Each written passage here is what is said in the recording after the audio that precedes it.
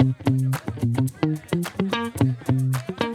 វាគមន៍មកកាន់ HST Auto Cambodia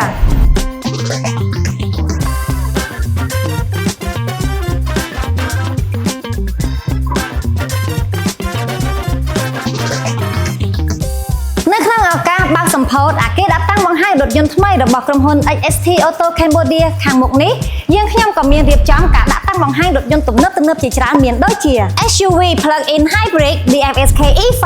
SUV Plug-in Hybrid DFSK E5 Plus MPV Hybrid GM8 DFSK C31 Mini Truck DFSK C32 និងរថយន្ត Pick-up JMCជាមួយការផ្ដល់ជូនពិសេសសម្រាប់អតិថិជននៅ promotion ដែលមិនធ្លាប់មានពីមុនមកសម្រាប់ពុកម៉ែបងប្អូនដែលចង់មកទស្សនាឡានដោយផ្ទាល់នៅ showroom របស់យើងខ្ញុំគឺមានទីតាំងនៅលើផ្លូវហាណូយផ្ទះលេខ